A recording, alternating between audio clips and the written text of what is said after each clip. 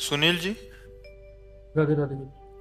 राधे राधे महाराज जी। महाराज जी, आप कह रहे हैं कि आप एक साइंटिस्ट के पद पर कार्यरत हैं। पिछले 2 साल से यूट्यूब के माध्यम से आपसे जुड़ा हूँ। भक्ति भाव पूजा पाठ पहले से काफी बढ़ गया है महाराज जी, और कोशिश भी करता हूँ, किंतु भोग भोगने की इच्छा कम नहीं हो रही। बार बार कोशिश करने के बाद भी और भजन करो, भजन यही बढ़ाते रहो, यही भोग इच्छा को खत्म कर देगा। गुरुजी, जैसे आपका यूट्यूब से सुनना स्टार्ट किया था, तो जो नाम जब स्टार्ट किया तो शायद ऐसा लगता है मुझे, जैसे आपके मुख से मैंने राधा नाम नहीं सुना, तो शायद इसलिए उसका वो असर इतना नहीं है। हालांकि जैसे नाम जब हर रोज 10,000 से कोशिश करता हूँ ज्यादा हो, लेकिन तो अगर यूट्यूब में सुना है तो हमारे मुख से तो सुना है, पर फिर अभी सुन लो राधा राधा राधा, तो संशय संशय खत्म हो जाए। खूब राधा राधा जपो, काम क्रोध आदि विकार अंदर आए तो इसी भजन के बल से, भगवान से प्रार्थना और भजन बल से उनको शांत किया जाता है। गुरुजी, जैसे कि मैं वैसे हरियाणा से हूँ, मेरी ड्यूटी चेन्नई है, तो जैसे माता पिता दूर हैं तो ऐसा लगता है कि जैसे वो सब छूट जाएंगे।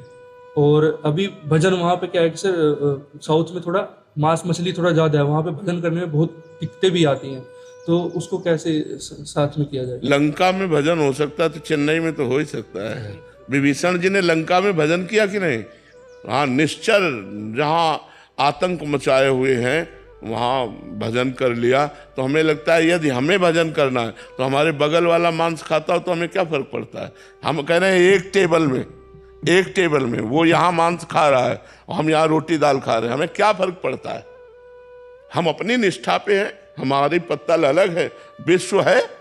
मान लो एक मेज में 4 को बैठा दे हो और हम मांसाहारी नहीं हैं और 3 मांसाहारी हैं, तो अपने पत्तल को ऐसे करके हम ऐसे पा लेते हैं। 3 पारे भैया, तुम्हारी मौज की बात। राधा राधा राधा राधा। अरे भजन बहुत बड़ी चीज है, भजन करोगे बिल्कुल सब ज्ञान आ जाएगा, परम पवित्र हो जाएगा, कोई तुम्हें गिरा नहीं सकता।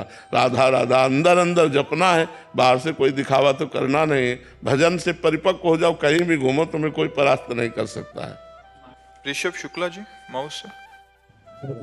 राधे राधे महाराज जी। महाराज जी, इस समाज में अगर हमें सम्मान और प्रेम दोनों में से किसी एक को चयन करना हो तो किसे चयन किया जाए? प्रेम। प्रेम। सम्मान अच्छी चीज नहीं है। सम्मान वो विषय जो देहाभिमान को बढ़ा करके दुर्गुणों की सृष्टि रच देता है, इसलिए सम्मान बिल्कुल ठीक नहीं है। तुम लोग नहीं जानते हो, ये बहुत गलत चीज है। अपमान अच्छी चीज है, जिसे तुम गलत मानते हो। वो आपको दुख दे करके आपके पाप नष्ट करेगा और भगवान का मार्ग खोल देगा। अपमान। सम्मान सुख की सृष्टि रचेगा, सांसारिक और दुर्गुणों की वृद्धि करके नरक का रास्ता खोल देगा। सम्मानम कल्याति घोर गरलम, नीचापमानम सुधा।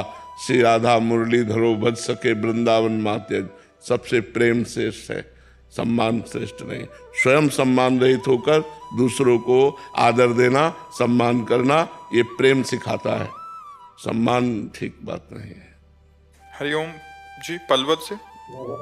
राधे राधे महाराज जी। श्री हरिवंश। महाराज जी, आपके बताए मार्ग पर चलने पर बड़ी शांति का अनुभव हो रहा है। नाम जप के साथ साथ भगवान के द्वारा दी गई सेवाओं को पूर्ण करने के लिए प्रयासरत भी हूँ। प्रभु, अभी एक शंका मन में थोड़ी चुभ रही है कि लाखों संतों साधक भगवत प्राप्ति के लिए साधना करते हैं, उनमें से अति त्यागी होते हैं, कुछ दिन रात सेवा करते हैं। लाखों भगवत प्राप्ति के लिए साधना नहीं करते। किसका प्रश्न है? लाखों नहीं करते, लाखों में कोई एक करता है। लाखों अगर आपको भजन करते दिखाई दे रहे हैं तो वृंदावन धाम में दिखाई दे सकते हैं, कुछ काशी में दिखाई दे सकते हैं, कुछ हरिद्वार में दिखाई दे सकते हैं, लेकिन दिल्ली में दिखाई दे सकते हैं क्या? अगर नवद्वीप जाओगे तो वहां भजन करते दिखाई देंगे। तो आप ऐसा कह सकते हो कि 10,000 लोगों में कोई एक भजन करता है, और लाखों भजन करने वालों में कोई एक भगवत प्राप्ति चाहता है। नहीं, भगवान से चाहते हैं, भगवान को नहीं। हमारी बात को समझना, भगवान से चाहते हैं। बिहारी जी हमारा ये काम हो जाए, देवी जी हमारा ये काम हो जाए, काली जी हमारा ये काम हो जाए, शंकर जी हमारा ये काम हो, हमारी ये चाहत पूर्ति हो जाए। लेकिन शंकर जी मिल जाए ऐसे कोई लाखों में एक होते हैं। नहीं, भगवान से चाहना होता है, भगवान को चाहना ये तो कोई बिरला ही होता है। क्यों? भगवान से चाहत होती है, भगवान की चाहत नहीं होती।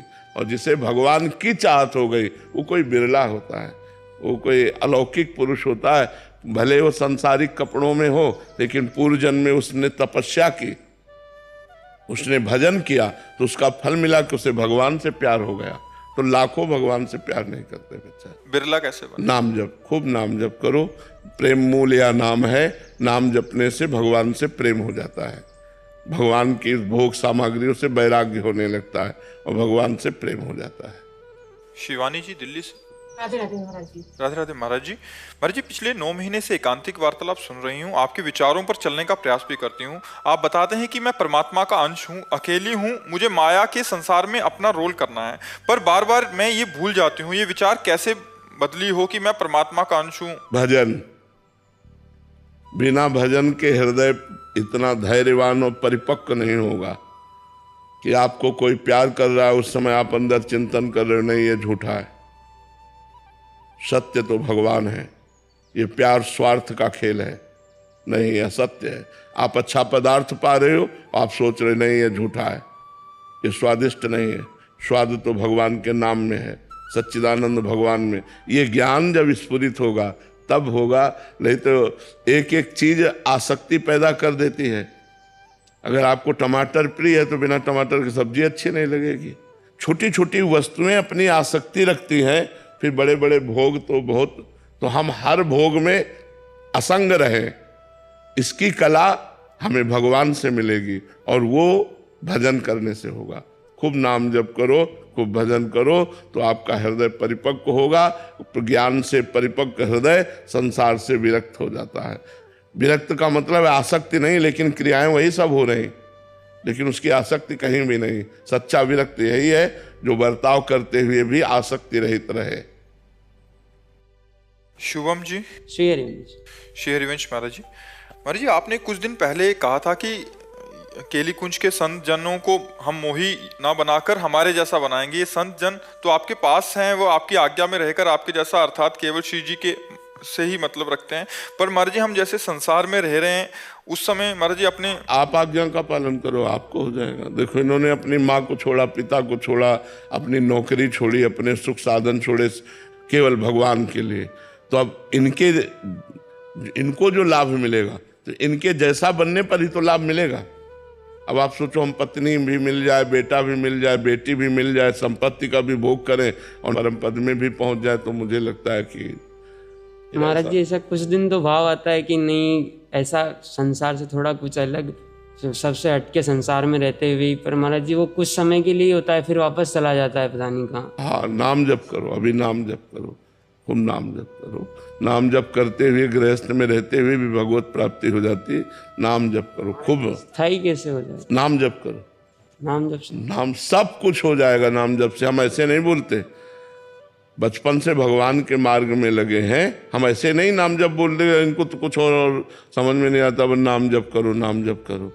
क्योंकि हम करके देखा है, अष्टांग योग, सांख्य योग, भक्ति योग, कर्म योग, इन सब योगों का जहाँ तक भगवान ने ज्ञान दिया उनको करके देखा है। इसके बाद बोल रहे हैं कि राधा राधा जपो। ऐसे थोड़ी बोल रहे हैं कि इनको और कुछ समझ में नहीं आता, बस बोल दिए कि राधा राधा जपो। जपो, जप कर देखो, तभी मंगल होगा, बिना भजन के मंगल नहीं। नाम जप में भी महाराज जी कुछ दिन तो आनंद आता है, कुछ दिन आनंद आए या ना आए, हमें जप करना है, हठ पूर्वक करना है।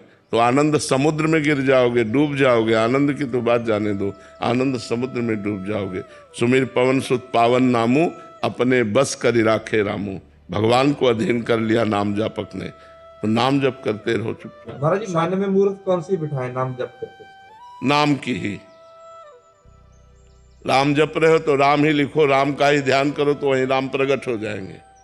पहले नाम का ध्यान करो। महाराज जी, जैसे नाम जप करते हुए एकांतिक वार्तालाप, जैसे आपका एकांतिक वार्तालाप यूट्यूब पे चला के सुनते रहो, ये दूसरा नंबर बात है, पहला नंबर बात नहीं। पहला नंबर बात है जब नाम जप करो तो नाम सुनो, नाम देखो, नाम में ही डूबो। जब ऐसा मन नहीं कर रहा तो एकांतिक चला लो, फिर नाम जप करते रहो। दूसरे नंबर की बात, पहले नंबर में तो नहीं। प्रशांत जी उड़ीसा से। राधे राधे महाराज जी, दंडवत प्रणाम, हरे कृष्णा। महाराज जी 10 नाम अपराध से कैसे बचें? हम नहीं चाहते कि नाम अपराध में हम फंसे, बट फिर भी फंस जाते हैं महाराज जी। नहीं, हम नहीं चाहते तो हम कैसे फंसेंगे? हम नहीं चाहते तो कैसे फंसेंगे? पहली बात है कि हमें संतों की निंदा नहीं करनी, हम क्यों करें? अगर कोई संत निंदा करे तो राधा राधा राधा, बच गए हम पहले अपराध से। हमें वेद शास्त्र पुराणों की निंदा नहीं सुननी, निंदा नहीं करनी, नहीं। हमें भगवान शंकर और हरि में भेद नहीं मानना, वही एक ही परम तत्व है, वही हरि है, वही शंकर है, वही सब है। हमें जो नाम महिमा सुनने को मिली उसमें प्रीति करना है, हमें नाम के बल से पाप नहीं करना है। जो उसमें नामापराध में लिखा है वो तो बिल्कुल सहज है, जो नहीं करना वो नहीं करना है। अगर भूल चूक से हो जाता है तो वही नाम कीर्तन करने से नष्ट हो जाता है। तो हमें जानबूझकर नामापराध नहीं करना, यदि हो जाए तो उसी नाम से उस अपराध का भी नाश हो जाता है। जो नाम जप कर रहे हो उसी नाम का कीर्तन करो, सारे अपराध नष्ट हो जाएंगे। समझ पा रहे हो? महाराज जी कोई आकर कह देता है, हम नहीं अपना अपमान करना चाहते हैं, लेकिन कोई आकर कह देता है तो कोई बात दिल में जाकर बैठ जाता है। अभी नाम जब सही ढंग से नहीं हुआ, दिल में नाम नहीं बैठा इसलिए बैठ जाती है, नहीं तो ऐसे हंस के टाल दोगे, आगे बढ़ जाओगे, नाम न छूटे। ये जब प्रीति हो जाएगी तो बड़ी से बड़ी गाली सुन करके भी आप गाली नहीं दोगे, क्यों? हमारा नाम छूट जाएगा, राधा राधा राधा, वो चल दिए। भजन करने वाले को अपना भजन बचाना है, ना कि लड़ झगड़ कर निंदा स्तुति अपमान करके भजन खोना है। वर्तमान का भजन खो दे, पूर्व का किया हुआ भजन ढक जाएगा। यदि अपराध बन गया तो भजन में फिर रुचि नहीं रह जाएगी। सुतेज पन्नू जी यूएसए से, राधे राधे महाराज जी। महाराज जी जब गुरु कृपा हमें सिखाती है कि सब कुछ वही परमात्मा है, सब गोविंद है, सब गोविंद बिन नहीं कोई, और हम जानते भी हैं कि हर जगह वही है, एक वाहेगुरु ही व्याप्तमान है, फिर भी मन कभी कभी अशांत हो जाता है। हर श्वास में मन को समर्पित और बनाए रखने के लिए इस भाव में क्या करना चाहिए महाराज? नाम नाम।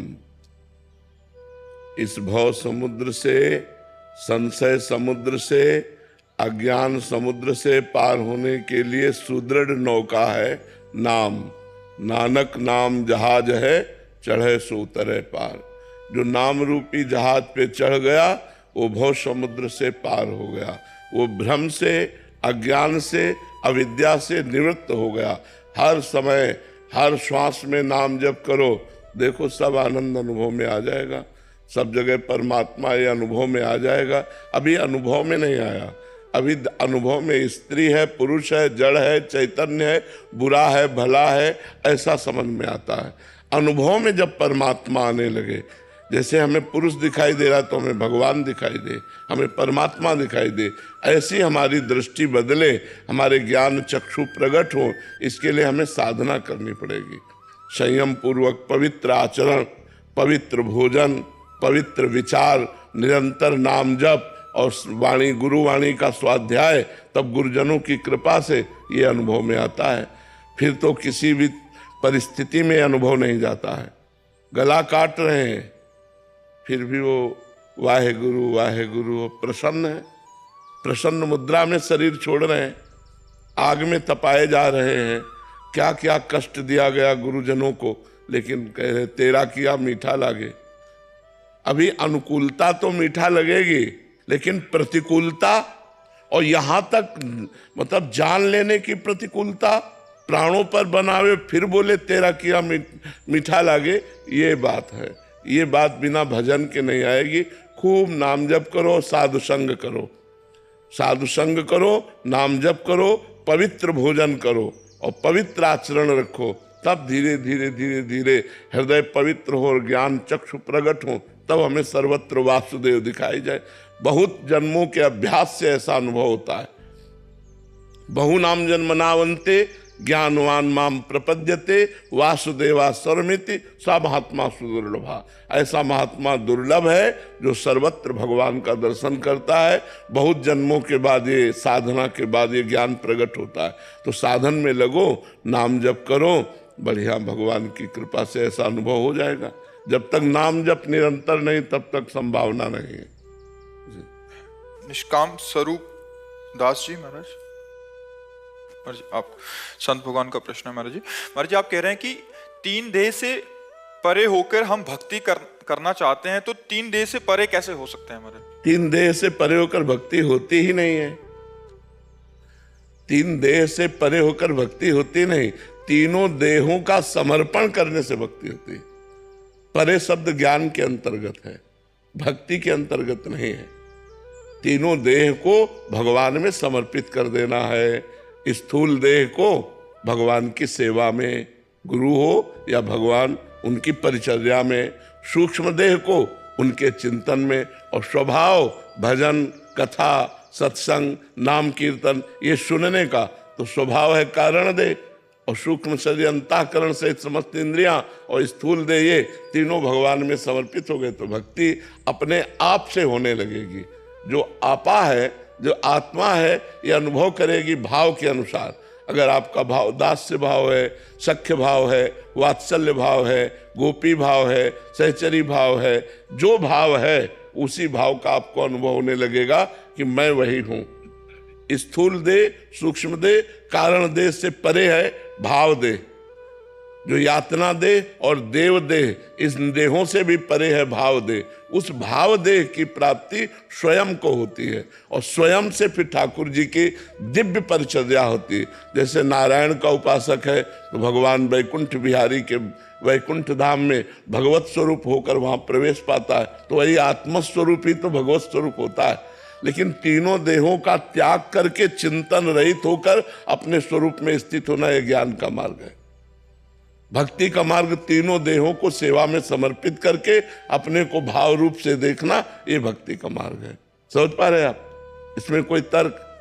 महाराज जी, हमें कैसे पता चले कि हमारी भक्ति आत्मा रूपी है? मतलब जब स्वयं को पुरुष या स्त्री भाव में ना देखा जाए, वनिता पुरुष भाव मिट जाए। जब जैसे हम सो के उठते हैं तो हमें ध्यान नहीं करना पड़ता कि मैं पुरुष हूं कि स्त्री हूं। जब ये भाव मिट जाए और सोते जागते उठते बैठते चलते फिरते जो भाव देह है उसमें स्थिति ऐसी रहे जैसे स्थूल देह में, तब समझ लीजिए कि अब मैं आत्मस्वरूप में स्थित हो गया हूं। जैसे अभी हर समय ना स्मरण करने पर भी शरीर की स्मृति रहती है, ऐसे ही ना स्मरण करने पर भी स्वयं की स्मृति रहे। ये तो समझाना नहीं पड़ेगा कि मैं स्थूल नहीं, मैं सूक्ष्म नहीं, मैं कारण नहीं, वो स्वाभाविक स्थिति आ जाएगी। पर उसके लिए बहुत भजन चाहिए। संसार का पूरा विस्मरण, संसार का पूरा विस्मरण, जैसे गाढ़ निद्रा में संसार का विस्मरण हो जाता है, ऐसे जागृत अवस्था में संसार का विस्मरण। ये कह रहे हैं अभी भजन में बैठते हैं तो भगवत में वृत्ति होती है, बट जैसे उठते हैं तो जगत में क्रियामान। हाँ, बस वही तो ध्यान रखना है कि जैसे हमारी स्थिति समाधि में वैसी स्थिति व्यवहार में, क्योंकि हर समय समाधि में नहीं रह सकते, हर समय हम एकांत आसन में नहीं बैठ सकते, तो हमें व्यवहार में उतरना पड़ेगा। तो व्यवहार में भी हमारी वही स्थिति होनी चाहिए। इसका मतलब अभी साधना में गाढ़ नशा नहीं आ रहा, नहीं, गाढ़ नशा आएगा तो उसी नशे में युक्त होकर के व्यवहार होगा। आप और तन्मयता धारण कीजिए, तन्मयाहा, भगवान में तन्मयाहा, वही गाढ़ नशा। जैसे आप 4 घंटे मंत्र चलाइए तो आधा घंटे आपको चलाना नहीं पड़ेगा। व्यवहार में एकदम फ्री होकर के लग जाइए तो आधा घंटे वो अपने आप चलेगा, क्योंकि 4 घंटे से अभ्यास कर रहे हैं।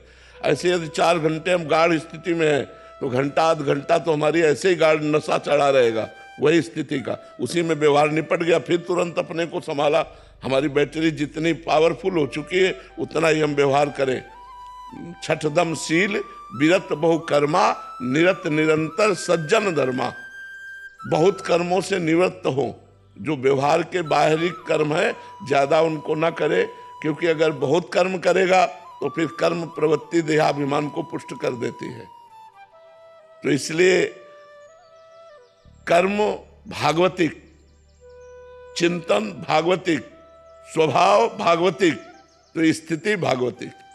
और जब स्थिति आ जाएगी फिर उसको करना नहीं पड़ेगा। स्थिति ऐसे जैसे अभी हमारी स्थिति देहाभिमान में है, देह भाव में है। जितनी देर, कम से कम 1 मिनट अगर हम देह भाव भूलने लगे तो हम बहुत बड़ी स्थिति की तरफ चल रहे हैं। 1 मिनट जागृत में 1 मिनट 60 सेकंड अगर हम शरीर को भूल गए, जैसे निद्रा में भूल गए, निद्रा में स्मृति थोड़ी रहती कि हमारा स्थूल शरीर भी है।